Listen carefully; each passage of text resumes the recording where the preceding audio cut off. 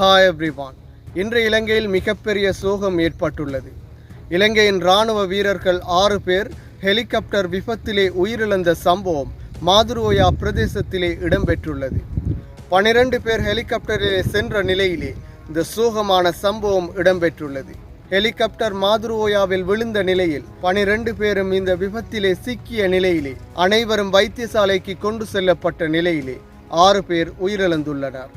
இது தொடர்பாக பார்ப்பதற்கு முன்னர் தனியொரு யூடியூப் சேனலை சப்ஸ்கிரைப் செய்யாதவர்கள் சப்ஸ்கிரைப் செய்து உங்கள் ஆதரவை வழங்குங்கள்.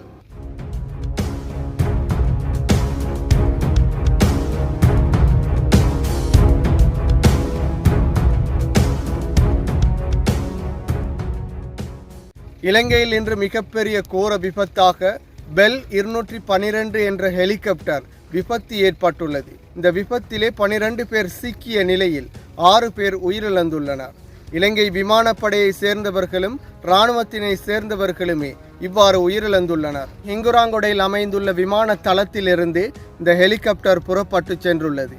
மாதுருவோயா இராணுவ பயிற்சி முகாமிலே நடைபெற்ற விசேட நிகழ்வொன்றில் கலந்து கொள்வதற்காகவே இராணுவ வீரர்கள் இந்த ஹெலிகாப்டரில் அழைத்து செல்லப்பட்டுள்ளனர்.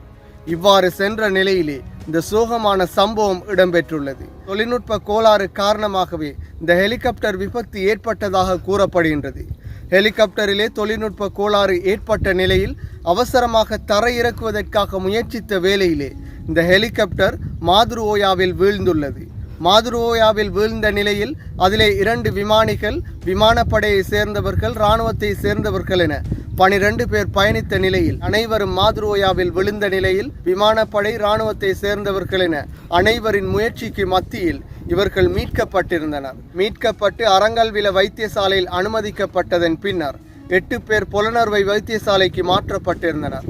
இவ்வாறு மாற்றப்பட்டு சிகிச்சைகள் வழங்கப்பட்டிருந்தாலும் இவர்களில் 6 பேர் உயிரிழந்த சோகமே இறுதியில் எஞ்சியிருந்தது.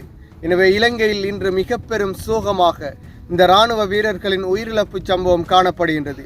விமானப்படைக்கு சொந்தமான 7ஆம் படைப்பிரிவிற்கு சேர்ந்த விமானமே இவ்வாறு விபத்தில் சிக்கியிருந்தது. எனவே இந்த விமான விபத்தின் ஊடாக இன்று காலையில் இலங்கையில் மிக பெரும் சோகமாக 6 பேர் உயிரிழந்திருந்தனர். மீண்டும் ஒரு வீடியோ பதிவில் சந்திக்கும் வரை தனியொரு யூடியூப் சேனலை சப்ஸ்கிரைப் செய்யாதவர்கள் சப்ஸ்கிரைப் செய்து உங்கள் ஆதரவை வழங்குங்கள்.